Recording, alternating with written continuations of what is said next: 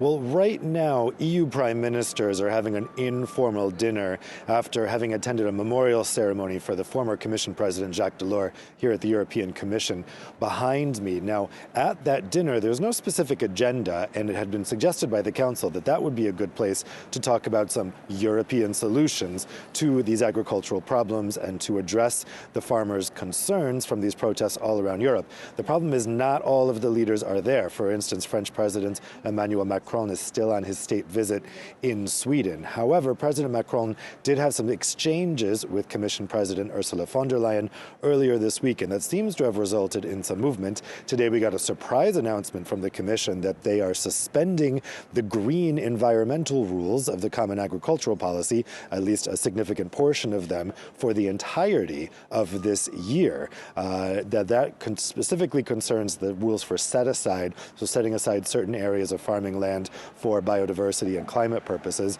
They also came out with a proposal to extend the tariff-free access of Ukrainian agricultural goods to the European Union. Now, the farmers have been calling for that to end because they say that flood of Ukrainian goods coming into the EU is hurting them. However, the Commission says they're now adding a special emergency brake mechanism which would apply tariffs to any specific agricultural good that is flooding the market and causing problems for farmers. Now, we're expecting the protesting farmers that are here in Brussels to come here, where I'm standing in the EU quarter, to surround the European Council summit that's happening tomorrow, starting early in the morning. We're expecting some big disruptions with that. We've even been told, the press, that we have to get here really early because otherwise the protests might make it impossible for us to get into the area. We'll see if these announcements from the Commission today have addressed their concerns.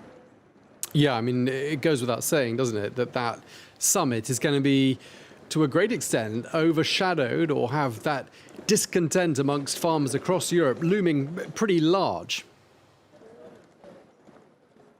Yeah, that's for sure. I mean, this summit that's happening tomorrow is specifically to address the veto of Viktor Orban to continue funding and aid for Ukraine. It's basically a leftover from an abandoned, failed summit in December where they couldn't overcome that Orban veto.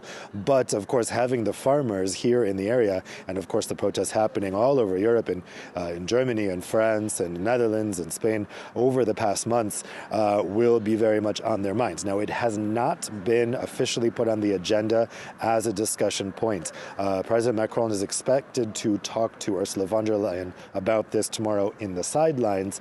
We'll see if any leader, there's some points in council summits where any leader can bring up a burning issue if they want to. But for the moment, they are not planning to discuss the agriculture issue. They really do have their hands full with this Ukraine aid issue because overcoming that veto from Viktor Orban still looks very difficult. We have no idea what's going to happen tomorrow on that. And if Orban sticks to his guns, then there's talk about going ahead with Ukraine aid as the remaining 26 EU countries and then punishing Orban by removing his voting rights and possibly affecting the Hungarian economy by withholding EU aid. So it's going to be a very dramatic day tomorrow, and the farmers' protests are certainly going to add to that drama. Okay, well, thank you very much indeed for that. Dave Keating in Brussels, thank you.